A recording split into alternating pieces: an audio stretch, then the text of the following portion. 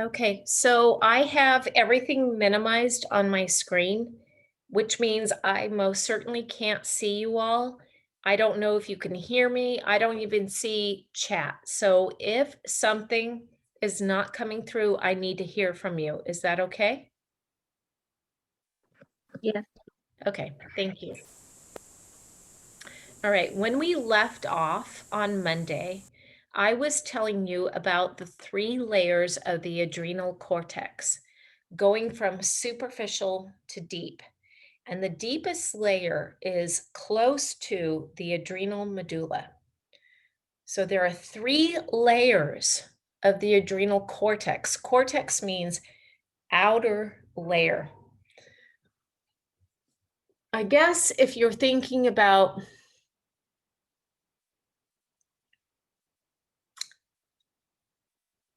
I try to be so politically correct, but this is one of those days where I can't make things work. If you were eating a roasted chicken and you were peeling off the roasted skin part, the roasted skin part would be the adrenal cortex. And gosh, I know PETA, I can't win for losing today. Anyway, the adrenal cortex is like the roasted skin part of a roasted chicken. Sorry, give me enough time. I'll think of something better. Don't crucify me over that, PETA. And there are three layers to that. The zona glomerulosa, zona fasciculata, zona reticularis. All three of those have hormones that they release, a mixture of hormones. But for testing purposes, I want you to know one hormone for each layer. Can we agree to that, please? So zona glomerulosa releases mineralocorticoids. And the one hormone I want you to know, which I said on Monday already, is aldosterone. Zona fasciculata releases glucocorticoids, which means that hormone is going to regulate blood glucose levels. The one that I asked you to know is cortisol. And then lastly, the zona reticularis releases DHEA. Now, out of those three hormones, only one obeys an HPA axis. Only one, and that's cortisol. Okay, so let me talk about cortisol in just a little bit. Let me address DHEA, which I did address on Monday. DHEA, ladies, DHEA is an androgen. That means it's a male steroid hormone. What does it do to you? It makes you have axillary hair and pubic hair.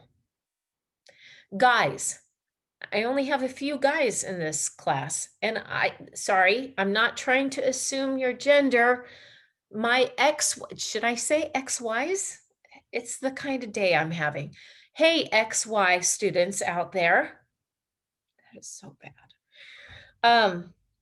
XY students, DHEA does not do anything for you specifically for secondary sex characteristics. It's not doing anything really, I have testes. I am male. See my phallus, my erect phallus. It's not doing anything like that for you. It's secondary. But for women, DHEA makes us grow axillary hair and pubic hair. Okay. It does not obey the HPA axis. It is not a hormonal released hormone. It's humoral, something in the blood. What about aldosterone? Aldosterone is the hormone that is released from the zona glomerulosa. It is a mineralocorticoid. That means it regulates salt and water balance and potassium. It also does not obey an HPA axis. It is not released in a hormonal way. It's released in a humoral way. And I'll talk about that in the next slide again, even though I already did this on Monday. The only one out of the three that obeys the hypothalamic pituitary adrenal gland point of chain of command axis is cortisol. And I'll address that. Just give me a moment. On Monday, I talked about cortisol being part of your stress response, being part of your long-term stress response. You heard me on Monday discuss that we are not used to having,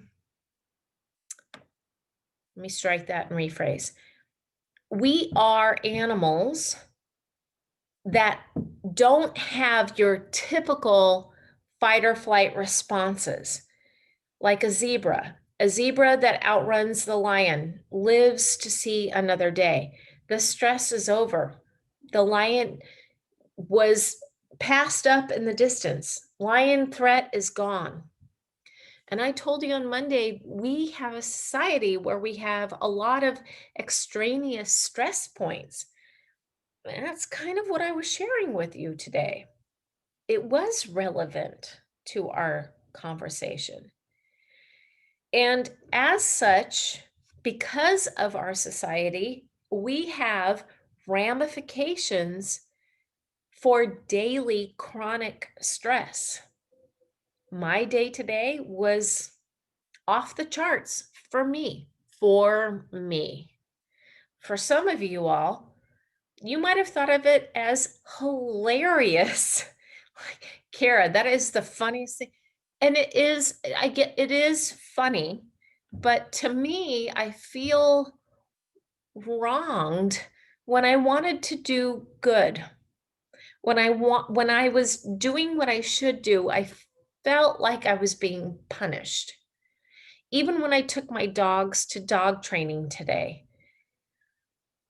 every week I take my dogs to dog training and the trainer tells me what my homework is. And I worked on the homework and I was ready to show off my babies and show them off. Look at what we've done. And our trainer had a totally different agenda today. Didn't ask me to show me what the dogs had learned, what I had worked with them. I had no chance to show off. And the rules changed. I felt like I was being tested for an exam I wasn't prepared for. And I know you all feel that way too. And we failed. We totally failed. And it was rapid fire, change of command. It was awful. I felt very stressed today at my dog training seminar. I felt like everything I had done didn't pay off. And I was reminded of you all. I was reminded of I know lecture exam 3 is very difficult. I know lecture exam 2 is very difficult. I have heard from you all. I studied and I feel like what I studied didn't pay off. I do know what that feels like. I really do. And I'm also reminded from today, I don't know how to fix that. I know what is coming on your exams, and I don't change that. When I tell you, here's what you can expect, I deliver that. I have. I feel like that's important. That makes you feel like you have control over a situation. That's part of your stress response. Do I have control? Is this stressful? Yes. And I told you on Monday, eustress versus distress. I did. So we're going to come back to the HPA pathway for cortisol and talk about that more. One of the other layers is the zona glomerulosa, which releases aldosterone.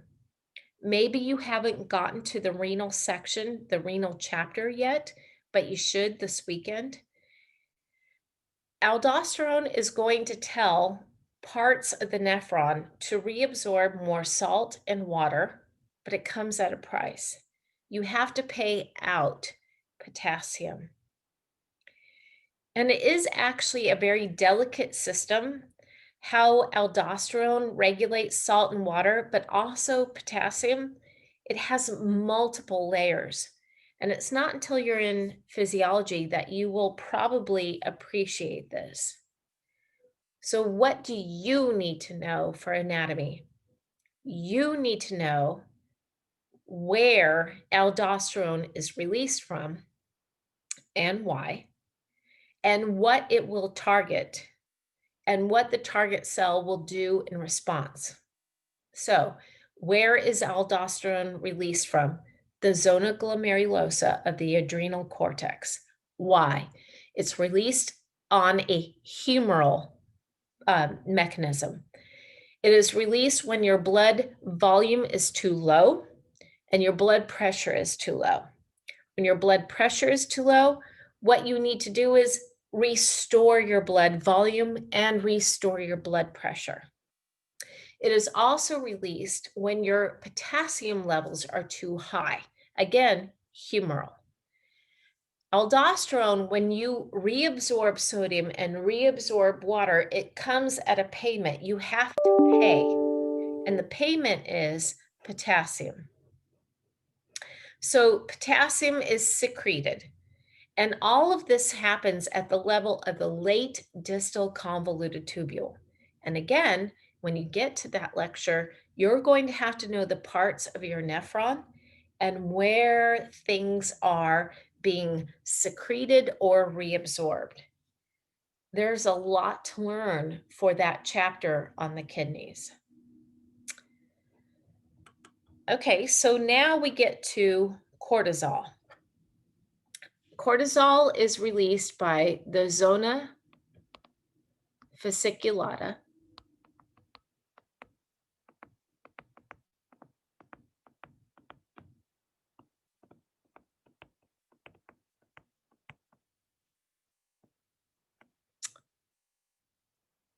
Can you all still hear me? Yes. Yes. Okay, because okay, there it goes. Whenever my stylus pen craps out on me, I get worried. Okay, so zona fasciculata releases cortisol. Cortisol obeys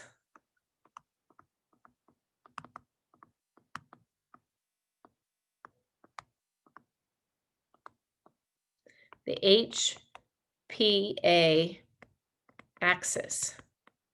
So the hypothalamus releases corticotropin releasing hormone, also known as factor. I told you this already on Monday. And the anterior pituitary, also known as the adenohypophysis, releases adrenocorticotropic hormone, and then the adrenal cortex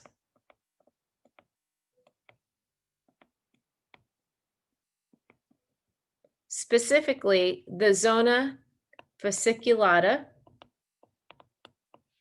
releases cortisol. That is the HPA pathway. On Monday, I told you about the HPT pathway for thyroid. And you learned about Graves' disease, you learned about Hashimoto's, you learned about iodide deficiency, you learned about how someone could have hyperthyroidism and hypothyroidism. So now I would like to tell you about two problems of the adrenal cortex, specifically the zona fasciculata. How many of you have heard of a previous president known as JFK? Anyone? Most of you were not alive at all. Yeah. I wasn't alive either, but I know who he is, just for the record. Terry, thank you for that.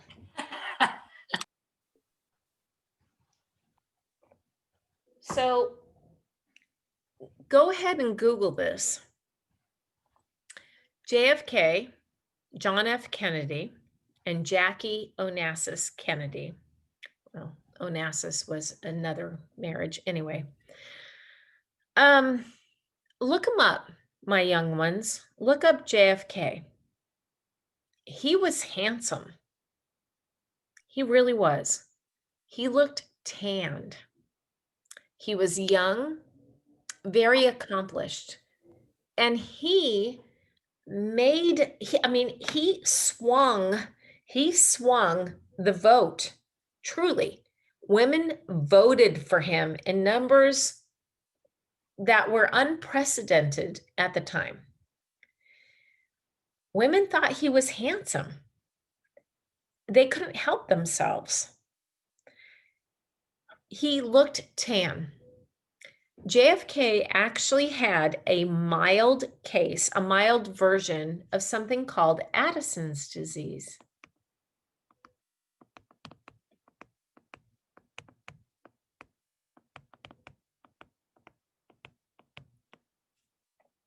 Addison's disease is adrenal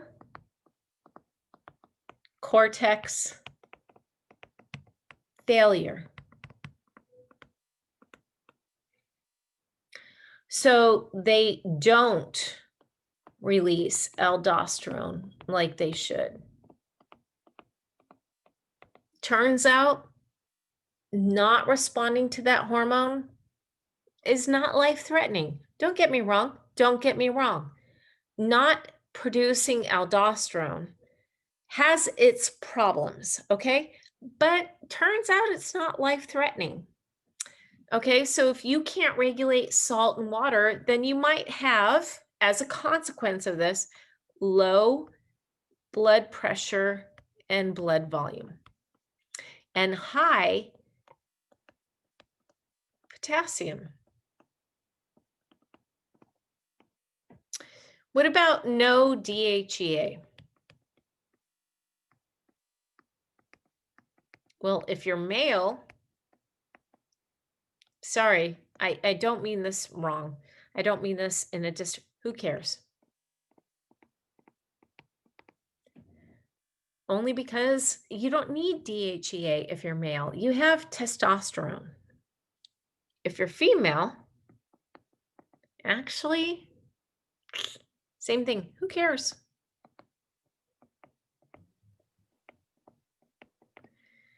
You don't have any axillary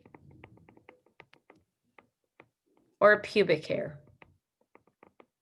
I mean, my heart bleeds for you. But here's the life-threatening part. You don't have cortisol.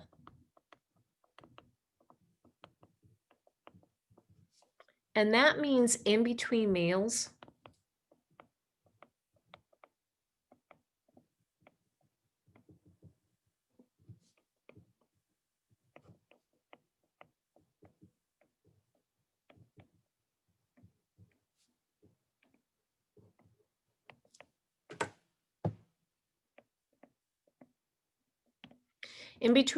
you can't regulate blood sugar. In between meals is a stressful time. My in-laws and my own mother are products of the Great Depression. My in-laws were children during the Great Depression, and so was my mother. They have come out of that very stressful time in very different ways. My mother and my father, when he was alive, believed in earning a lot of money and spending it. They believed in spending it and and relishing in children, having a good time. They put all their money into their children. My in-laws, they also grew up in the Great Depression, and for them, they saved for another Great Depression. And I don't blame them. They are still very thrifty. They don't believe in being big spenders. They grew up in that environment. I understand it. Why am I telling you this? For some people, maybe you know some people like this. Maybe you've been at breakfast and someone at the table has said, okay, what are we doing for lunch? What are we doing for dinner today? And maybe you thought it funny that we're at breakfast and we're talking about what are we going to do for lunch? What are we going to do for dinner? For some people, going in between meals is a threat, is scary. I don't know where my next meal is coming from. I don't know where we're going to be. I need to know. My parents, my in-laws are very much that way. My parents, well, only my mom is alive, but my mom, to this day, every time we're eating a meal, she wants to discuss where our next meal is. And my in-laws are the same way. I've never seen,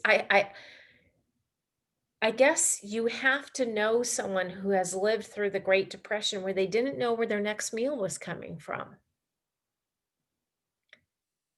It's scary. And that's sort of why I went outside to the park to deliver bread, thinking those people they didn't know where their next meal was. And how was I to know that I was ruining something? It's scary.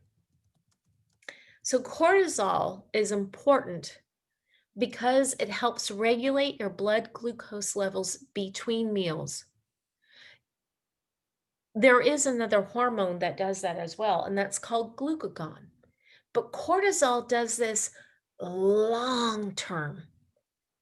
When do you go without a meal long term? I'll answer that for you. Between dinner the previous night to breakfast. When you sleep, you are doing a long-term fasting. You are going without a meal.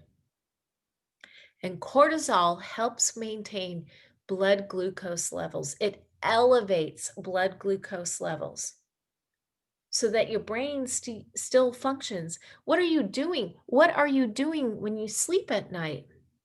You're dreaming. Your brain is very active. You need glucose for your brain. That is the only fuel source it can rely on. So cortisol is very much necessary to maintain blood glucose levels long term when you're fasting, whether you want to or not. And for some people, not knowing where their next meal is, it's very stressful and their cortisol levels are high. All right, before I go on to the pancreas, are there any questions? Anyone? I actually had a question to ask Yes, because Lauren. my dog, before she passed, she actually also had Addison's disease. Could that Yes. happen to Yes. dogs as well? Yes. So can Cushing's. Cushing's is the opposite of Addison's. Mhm. So there's Cushing's syndrome and Cushing's disease. But with Cushing's, it's hypercortisolism. With Addison's, it's hypocortisolism. So for your dog, Lauren, Mhm. your poor puppy could not maintain blood glucose levels between meals. Having a meal on a regular basis was very critical for your dog. My parents and I didn't know she had Addison's disease until we took her to a doctor. She ended up eating rat poison. And I remember this back when I was in 8th grade. She ate rat poison and we ended up taking to her doctor. And that's when they told my dad that she had Addison's disease and she had to be prescribed with medication for the rest of her life. Yeah, cortisol. Yep. Yes. So yes, your sweet puppy could have lived with that. As you said, for the rest of her life, she had to have some sort of prescription. Of course, it came down to cortisol. So she probably was on something, Lauren, prednisolone, corticosterone. She We was did, yeah, we did give her prednisone. I remember that. mhm. He's deceased now, but bringing Addison's disease up, that reminded me of my toy poodle Tia. So I'm sorry for that, but that is yes. You know, a lot of these diseases that I tell you all about do happen in dogs. And so as you learn, it's not just about human diseases, it does translate into dogs. How many of you have a dog or cat? I do. Me. So if you want, email me. I actually have a paper, a pharmaceutical paper, a PDF about drugs, over-the-counter drugs that you can safely give a dog or cat. And if the drug is not on this list, you cannot give it to your dog or cat. Okay? And in this paper, they have a chart for these over-the-counter drugs that you can get at your local pharmacy. So if you're traveling and your dog or cat gets sick, you can use this paper. It is a pharmaceutical paper, not a blog. It's not someone's website. It is an actual scientific continuing education paper for pharmacists. And if this drug is not in this table, you cannot give it. You cannot give it to your dog or cat. Some of the drugs listed in this paper are safe for dogs, but not for cats. Dogs and cats have different metabolisms compared to humans, and a dog has a different metabolism compared to a cat. So if you want that paper, email me and I will send it to you. It can save you a lot of money. A lot of money when your dog or cat has basic ailments and you can treat them with over-the-counter drugs. Similarly, Lauren, you said your dog got into rat poisoning. So did mine.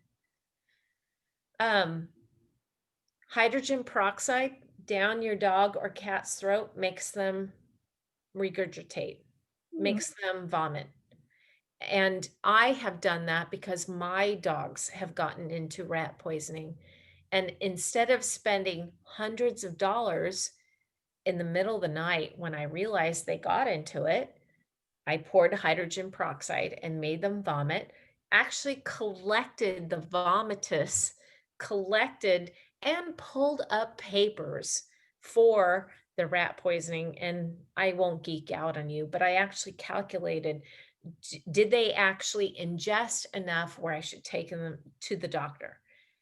Long story longer, I calculated that I didn't need to bring my dog in, that they vomited almost everything up. But if you want that information, and sorry, Lauren, your story triggered that memory. I have that documentation if you want it. Just send me an email and I will give it to you. And Lauren, I am sorry for your loss. it's I- fine. I'm still thinking about her every day. So thank you for letting me share. Yeah, of course. I mean, there are babies, right? Mm-hmm. They are. Okay, so let me finish, if there aren't any questions, with the pancreas. The pancreas is uh, how do I want to say this? It's a dual, it's a crossover, it's both exocrine and endocrine. It is an exocrine gland because it releases digestive enzymes through a duct, much like your heater in your house sends hot air through duct work into separate rooms. Okay, so the pancreas is like your heater in that it releases digestive enzymes through a duct, an epithelial lined duct, a tube, and that digestive enzyme, for example, pepsin, is going to, well, I shouldn't say pepsin, but pepsin-like enzyme is going to digest proteins. The pancreas is also endocrine in that it will release hormones into the bloodstream, either insulin or glucagon. Insulin tells the body to take up glucose from the bloodstream, take glucose from the extracellular fluid, and bring glucose into the cells that are insulin dependent. Most cells in the body are insulin dependent, like skeletal muscle, smooth muscle, the heart, adipose tissue. The only thing that is insulin independent is nervous tissue. So insulin dependent versus insulin independent cells. Insulin independent cells are the brain and spinal cord, nervous tissue.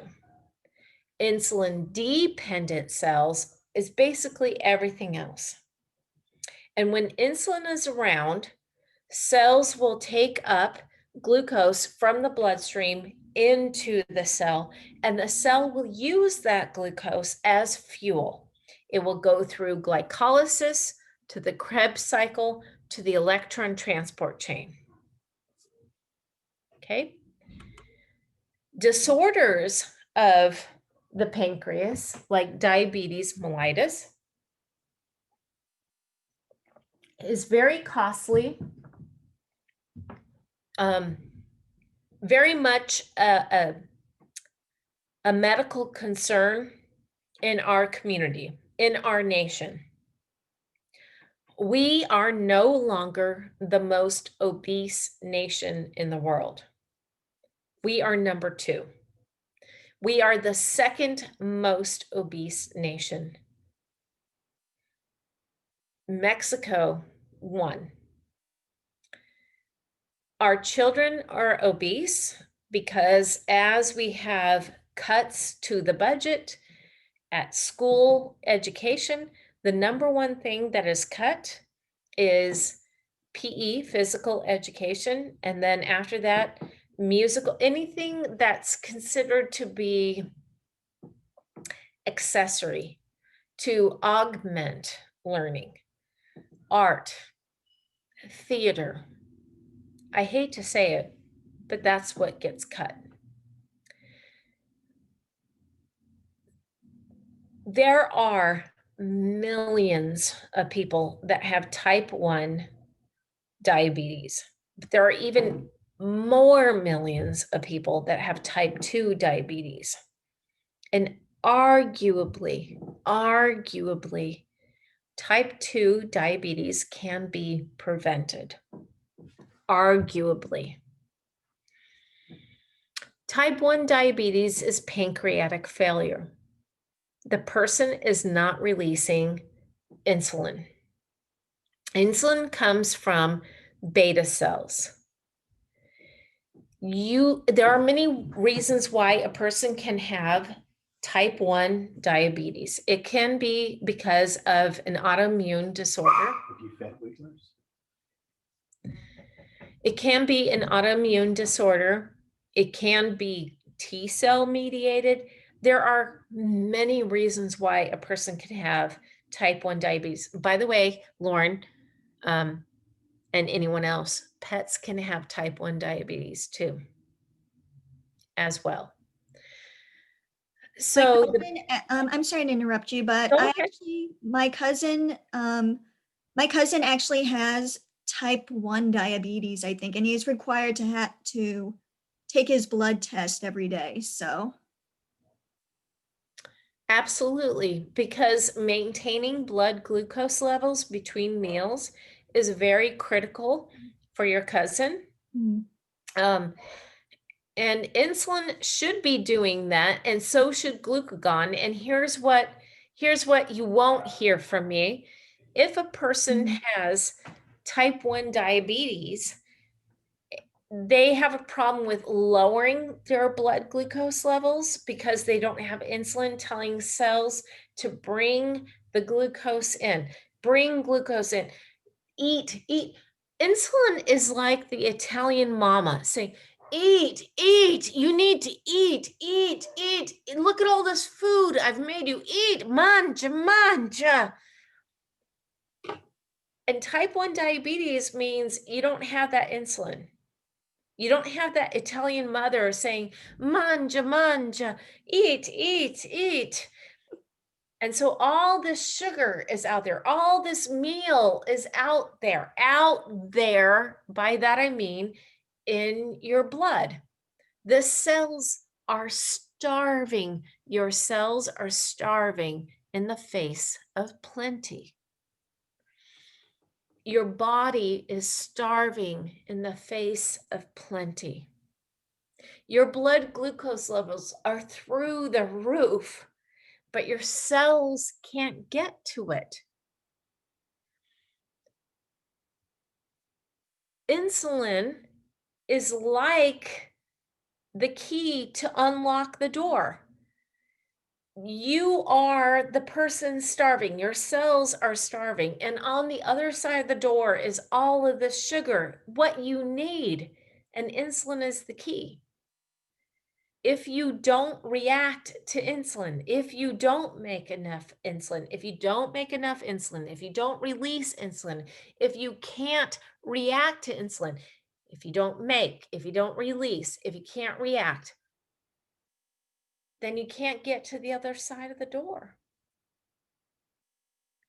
And your cells have to burn alternative fuel. Alternative fuel is fat. And I have to tell you this. Diabetics, type 1 diabetics, oftentimes don't take their insulin, especially if they're female. It is a new kind of eating disorder. They don't want to take their insulin because if they don't, they have to burn alternative fuel like fat. And so they burn through their fat, but I have to tell you, that sounds like an amazing thing. I'll burn fat, I'll lose weight, and they do. And my loves, this is dangerously close to the keto diet. They're kissing cousins. I can't tell you how many times I've heard carbs are bad. Carbs are bad. No, they're not. You can only burn fat if you have carbs. You have to eat carbs and process them if you want to burn fats. That keto diet that you're following, it will fail you if you're not getting enough carbs. It will. Carbs will only burn, fats will only burn in the flame of carbohydrates. excuse me, you have to have carbs in your diet. You have to. You have to. You will die if you don't have carbs. People who have diabetes type 1 die because they can't get carbs into their body, into their cells. Type 1 diabetics can die because they don't have enough sugar getting into their insulin dependent cells. And if they over inject insulin, they can also die because now their insulin independent cells, like their neurons, don't have enough glucose. It's a catch-22. Type 2 diabetes is arguably preventable. Type 2 diabetes means you have insulin resistance. We usually say it's adult onset, but we're not supposed to say that anymore. Arguably preventable. Arguably a disease of obese nations. Try cutting out 20% of what you eat. Try losing 20% of your body mass. If you're 140, actually, let me strike that. You don't have to lose 20% of your body mass. Let me strike that. You only have to lose 5%. If you are 100 pounds, lose 5 pounds. If you are 140 pounds, lose 7 pounds. That doesn't sound like that much.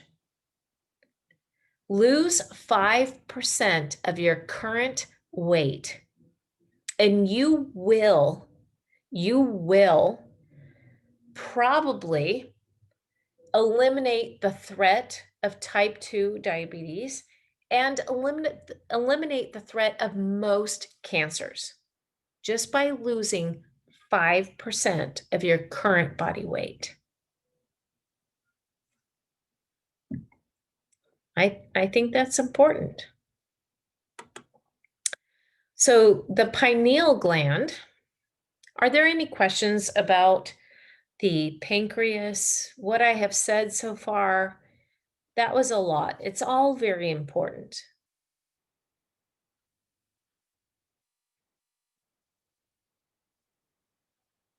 No? Okay. Well, the pineal gland is actually, if we were face to face and dissecting the sheep brain, the pineal gland is adorable because it's part of the epithalamus. And it's this part over here in the brain. And the pineal gland releases melatonin, and melatonin helps regulate day-night cycles. It helps a lot of animals that have seasonal feeding habits, mating habits. For us humans, it helps us with our sleeping and awake cycles. If you have a problem with sleeping, you can take melatonin, and most doctors would recommend about 5 milligrams per day, and you take it right like 2 hours before you're going to go to bed. You have to go to bed. You have to be shutting your brain down. Most people don't have good sleep cycles. They don't have sleep hygiene. What do you do before you go to bed? There should be a ritual. What do you do? I like to take a shower at the end of the day. I like to be feeling clean when I get into my bed. I'm one of those people where I shower at night. Are you? Or are you the shower in the daytime person? I like to shower at night. I like to feel like I'm getting ready for bed. That's me. That's my ritual. And going to bed Your ritual should take you about 2 hours if you're doing it right. Whatever it is, Terry, it might be for you, I have to have my kitchen clean. I have to have all the dishes put away. That's my ritual. Whatever your ritual is, it probably takes you 2 hours. So if you want to put your day to bed, if you want to go to bed, if you know your ritual and you know it takes 2 hours, then you start it 2 hours previous. I want to go to bed at 9 o'clock. I better start my ritual at 7. I understand that life is oftentimes not that convenient, but most sleep issues, most people don't have good sleep hygiene because they don't realize my ritual takes 2 hours. If I want to go to bed at this time and feel good about my day, I need to start at this time. You have an early day tomorrow, you have to be up at 6 and you're not used to being up at 8 or until 8, then you have to shift everything. That means tonight you have to shift everything earlier. Most people don't know that. Then lastly, the last 2 slides we will see again. We have the gonads, we have the males. They have repeating units called seminiferous tubules.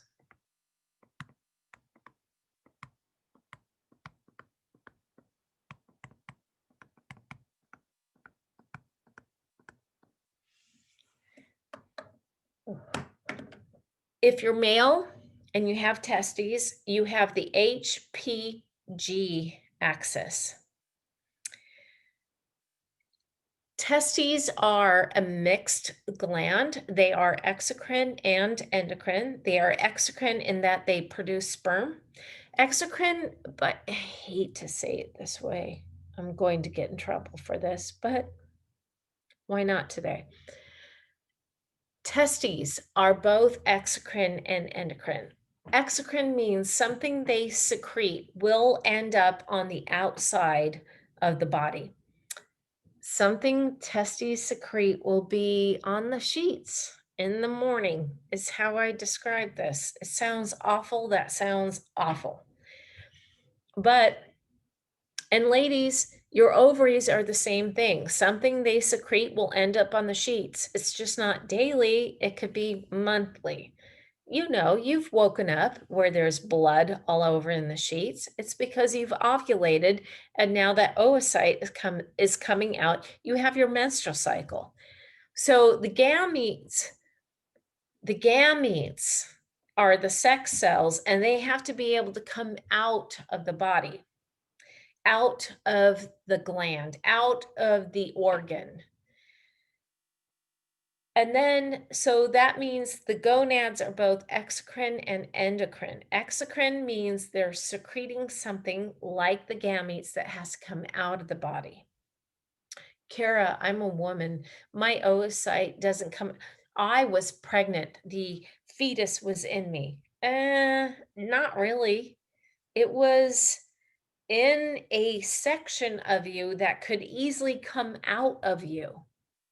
It was not in between your heart and your lungs, for example. It can come out of you. It was released, your oocyte was released into the oviduct, which is lined by epithelium, which means it was technically out of you. It was on the surface of you, just inside of you. I know that sounds confusing.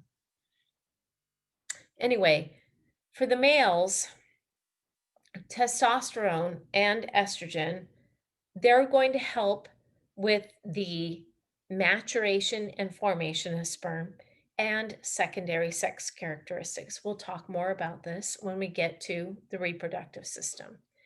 Same thing with the females. The ovaries are both exocrine and endocrine, and these cells out here, Let me use a different color. Out here, those cells are going to respond to hormones. So these follicular granulosa cells, they're going to respond to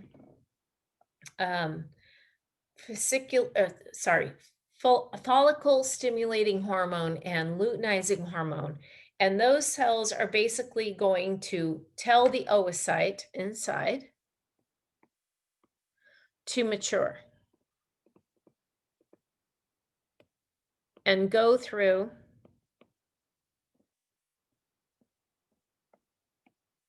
meiosis. We'll talk more about this when we get to the reproductive chapter. For right now, we're done with the endocrine chapter. And when you come back, I'm going to quickly finish going over the PowerPoint for integument and digestive system. So take a good 10-minute break. I'll see you at 5:40, and we'll go over the PowerPoint that I uploaded today. Do you all have any questions?